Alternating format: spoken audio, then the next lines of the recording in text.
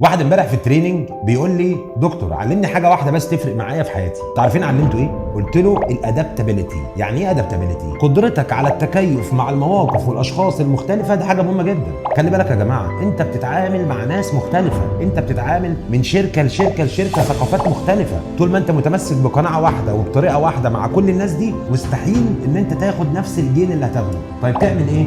لازم يكون عندك قدره على التكيف مع المواقف والاشخاص المختلفين بطرق مختلفه. دخلت شركه لقيت باهت عليها اول فورماليتي، لازم تبقى فورمال وشبههم. دخلت شركه لقيتها يعني تو سام اكستنت ايموشنال وناس بيراعوا الحاجات الايموشنال، لازم تبقى شبههم. حاول على قد ما تقدر يكون عندك قدره على التكيف وعدم التمسك بقناعات معينه تخسرك. الاجيال بتتغير من وقت للتاني، الناس بتتغير طول الوقت، شركات بتتغير من شركه لشركه لشركه، وبالتالي اوعى تتمسك وتخسر حته الادابتابيلتي، لان القدره على التكيف بتديك باور وبتديك قوه في التعامل مع ناس مختلفه كتير. فدي نصيحتي اللي ممكن تغير حياتك، وبالتوفيق دايما ان شاء الله.